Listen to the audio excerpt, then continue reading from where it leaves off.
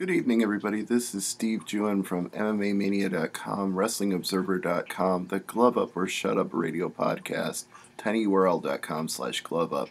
And I'm here to talk about UFC 184. But first, I want to say thank you. Thank you to the 1,000 plus subscribers to this YouTube channel.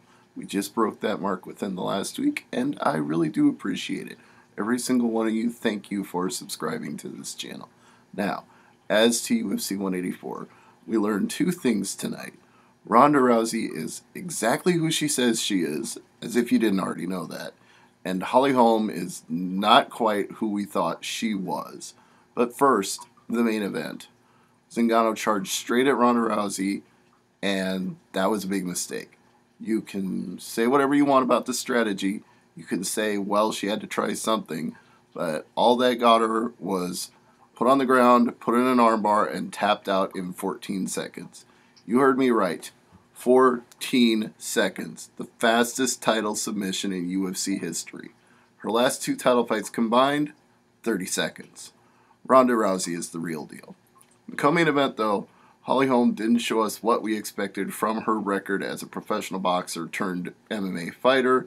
She got a very tough test with Raquel Pennington. She even got dropped in the third round. She prevailed in the end, but she didn't prevail easy.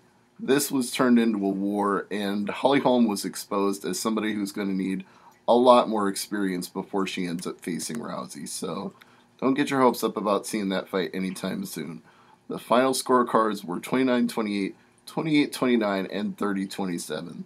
So Holm wins a split decision, but doesn't win over her critics. And Jake Ellenberger gets a little bit of his stock back from the critics by finishing Josh Koscheck. But Koscheck is a little past his prime, so it may not be as meaningful as you'd like to think. But Jake Ellenberger needed a win, and he got it with a north-south choke at 4 minutes 20 seconds of the second round.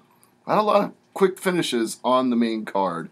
Alan Jabon beat Richard Walsh with a knockout from elbows and punches.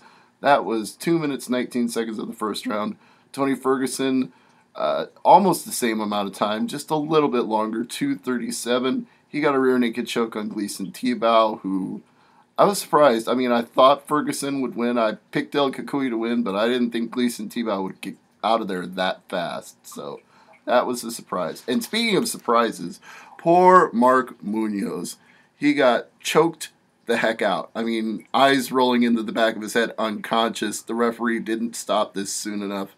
1 minute 40 seconds of the first round as Juan Carnero gets his first win in UFC. Well, first fight since 2008 in UFC, but I don't know if he lost in his last fight. I'd have to look. But he went on a tear in Battlegrounds MMA, but I don't know how many people actually saw that. My point being, he hadn't been in UFC for a while and looked very impressive in his return here. 1 minute 40 seconds, rear naked choke. And Roman Salazar, Naofumi Yamamoto, Kid Yamamoto, whatever you want to call him, that went to a no contest because unfortunately Salazar charged into an open palm, took a finger to the eye. It was blurry, he couldn't see.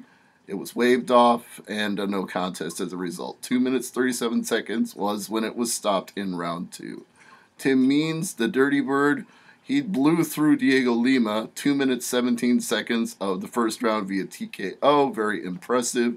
The Black Beast, Derek Lewis, was similar in his performance of Ruan Potts, but it took 2 rounds, not one. 3 minutes 18 seconds, he finished him off. The Fight Pass fights were snoozers. Don't go out of your way to watch these on the Fight Pass.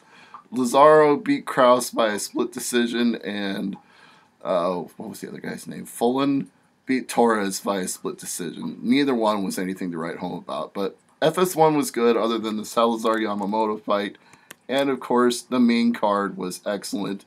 Zingano, she cursed a lot after this fight was over. She was frustrated with herself, frustrated with her performance. She wants to do it all over again, but she's going to have to get in line and wait. Steve Jewin, MMA Mania, Wrestling Observer, Glove Up or Shut Up.